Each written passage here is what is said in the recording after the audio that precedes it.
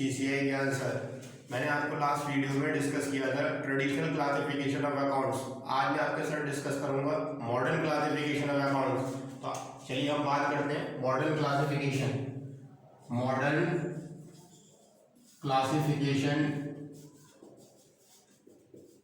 Of accounts मतलब modern classification के according accounts कितने तरीके के होते हैं। ये मैंने आपको लास्ट वीडियो में बताया था कि modern classification is taken from America, it is a American classification. तो इसके अकॉर्डिंग हमारे जो अकाउंट होते हैं वो सबसे पहला होता है capital account. Capital account, capital account कौन सा होता है? Capital account is an account, capital account is an account which is opened by the amount or asset invested by the owner, invested by the owner in the business। किसी भी business को शुरू करने के लिए ओनर ने जो account या फिर कोई एसेट उस बिजनेस के अंदर इन्वेस्ट की है तो वो हमारी कैपिटल कहलाएगी। उस अमाउंट से जो अकाउंट खोला जाएगा वो हमारा कैपिटल अकाउंट कहलाएगा। वो बिजनेस के स्टार्ट करने पर भी हो सकती है, बीच में जरूरत पड़ने पर भी उसमें इन्वेस्टमेंट किया जा सकता है। तो ये तो हमारा हुआ capital account. Second is asset account. Second is asset account. Asset हम किसे कहते हैं? एसेट का वैसे नॉर्मल मतलब जो होता है वो होता है प्रॉपर्टीज। एसेट का जो मीनिंग होता है वो क्या होता है? प्रॉपर्टीज। तो हमारे बिजनेस को चलाने के लिए हमें बहुत सारी प्रॉपर्टीज की भी जरूरत पड़ेगी, तो वो सारी प्रॉपर्टीज किस अकाउंट के अंदर आएंगी? एसेट अकाउंट के अंदर। An account which is open by name of any asset. Asset may be movable,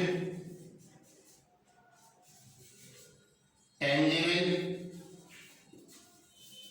intangible। Asset जो हमारी मूवेबल भी हो सकती है, टेंजिबल भी हो सकती है, इंटेंजिबल भी हो सकती है एंड इमूवेबल, इमूवेबल भी हो सकती है। ठीक है, जैसे कि बात करें हम cash account, machinery account, building account,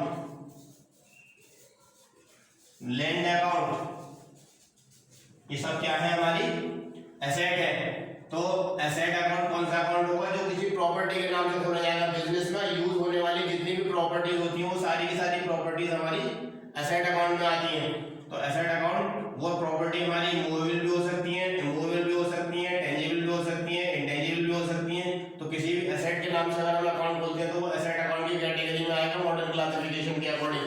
अब हम बात करते हैं नेक्स्ट की। नेक्स्ट जो है वो हमारा तीसरा अकाउंट होता है liabilities account. Third one is liabilities account.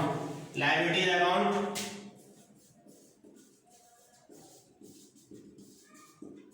Liabilities account. Liabilities account कौन से होते हैं?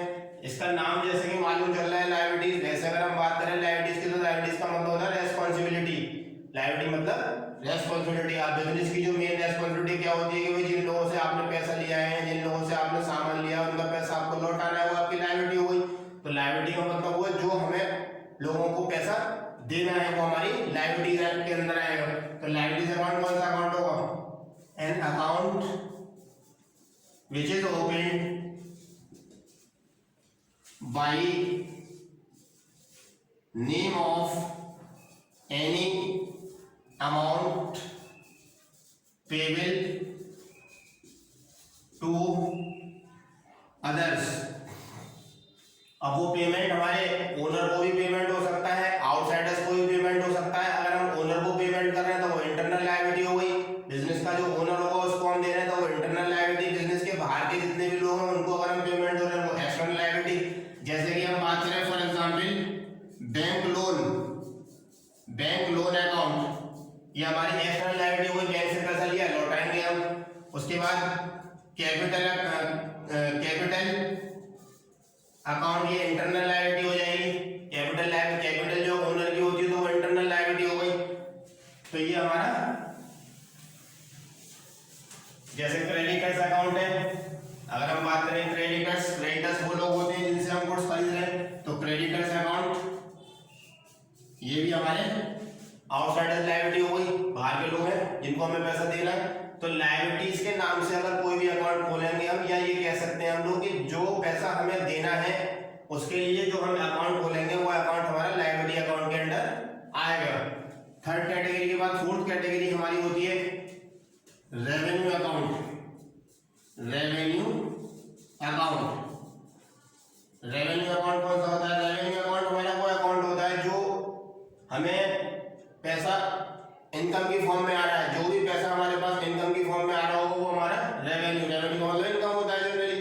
तो रेवेन्यू अकाउंट में कौन सा अकाउंट आएंगे? An account which is open by name of any income and profit.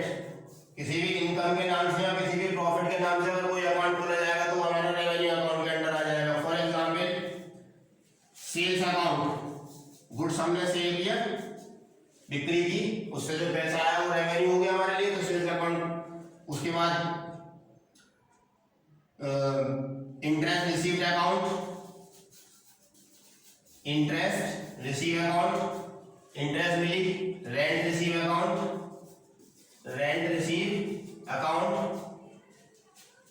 Profit on sale of machinery account. ये हमारे सब क्या है? रेवेन्यू अकाउंट है। रेवेन्यू अकाउंट वो सारे अकाउंट होते हैं जो किसी इनकम के नाम से या किसी प्रॉफिट के नाम से खोले जाते हैं। ये फोर्थ कैटेगरी हो गई हमारी मॉडर्न क्लासिफिकेशन के अकॉर्डिंग। और फिफ्थ कैटेगरी होती है हमारी, फिफ्थ कैटेगरी में हम रखते हैं एक्सपेंडिचर अकाउंट कौन से होते हैं? An account which is open by name of any expense loss etcetera. कोई भी ऐसा अकाउंट जो किसी एक्सपेंस के नाम से, लॉस के नाम से अगर खोला जाता है तो वो हमारा अकाउंट एक्सपेंडिचर अकाउंट के अंडर आता है। फॉर एग्जांपल सैलरी अकाउंट, हम अपने एम्प्लॉय को सैलरी दे रहे हैं तो सैलरी अकाउंट एक्सपेंस हो गया हमारे लिए। रेंट अकाउंट, हम किराए की बिल्डिंग में बिजनेस चला रहे हैं, उसके लिए हम किराया दे रहे हैं तो वो कौन सा अकाउंट हो गया? एक्सपेंडिचर अकाउंट हो गया, वो भी हमारे लिए। Interest paid account is also उसी में, ये भी इसके अंदर ही आएगा। इलेक्ट्रिसिटी अकाउंट हमारे ये भी इसी के अंदर आएगा। तो एक्सपेंडिचर अकाउंट में कौन से आएंगे? सारे खर्चों के account. Loss by fire account is also consider as expenditure account. तो एक्सपेंडिचर अकाउंट में खर्चों के सारे अकाउंट और लॉस के सारे अकाउंट आएंगे। तो हमने मॉडर्न क्लासिफिकेशन में 5 कैटेगरी में अकाउंट्स को डिस्ट्रीब्यूट कर लिया। सबसे पहला कैपिटल अकाउंट, दूसरा एसेट अकाउंट, तीसरा लायबिलिटीज अकाउंट, चौथा रेवेन्यू अकाउंट और पांचवा एक्सपेंडिचर अकाउंट। कैपिटल अकाउंट वो होता है जिससे बिजनेस स्टार्ट किया, जो पैसा बिजनेस को स्टार्ट करने में लगाया गया या कोई एसेट बिजनेस को स्टार्ट करने में लगाएगी तो वो सारा का सारा इन्वेस्टमेंट हमारा कैपिटल अकाउंट के अंडर आ जाएगा। एसेट अकाउंट बिजनेस को चलाने के लिए जो प्रॉपर्टीज हम यूज कर रहे हैं वो सारी की सारी हमारी एसेट अकाउंट में आएंगी। लोगों से अगर हमने उधार लिया है या लोगों को हम गुड्स पैसा ले रहे हैं उधार किसी से, तो उसके लिए वो लायबिलिटी, उसके लिए जो अकाउंट खोला जाएगा वो लायबिलिटी अकाउंट के अंडर आ जाएगा। चौथी कैटेगरी जो है हमारी वो रेवेन्यू, इनकम का अकाउंट या प्रॉफिट का अकाउंट हमारा रेवेन्यू अकाउंट की कैटेगरी में आएगा। और पांचवा अकाउंट जो होता है हमारा वो होता है एक्सपेंडिचर अकाउंट। एक्सपेंडिचर अकाउंट के अंदर खर्चों के सारे अकाउंट आ जाएंगे, लॉस के अकाउंट आ जाएंगे। ये हमारे 5 ट्रेडिशनल क्लासिफिकेशन, 5 जो है वो मॉडर्न क्लासिफिकेशन कहलाते हैं। मॉडर्न क्लासिफिकेशन के अकाउंट्स को हम 5 कैटेगरी में बांटते हैं। अब हम इसकी बात जो है वो नेक्स्ट वीडियो में करूंगा मैं इसकी कि what are the rules of debit and credit. अगर मॉडर्न क्लासिफिकेशन के अकॉर्डिंग हमें किसी अकाउंट को डेबिट करना है या क्रेडिट करना है तो हम उसे किस तरीके से करेंगे, तो मैं ट्रेडिशनल प्लस मॉडर्न क्लासिफिकेशन के rules of debit and credit आपको अगली वीडियो में डिस्कस करूंगा। थैंक यू, मिलते हैं नेक्स्ट वीडियो के अंदर।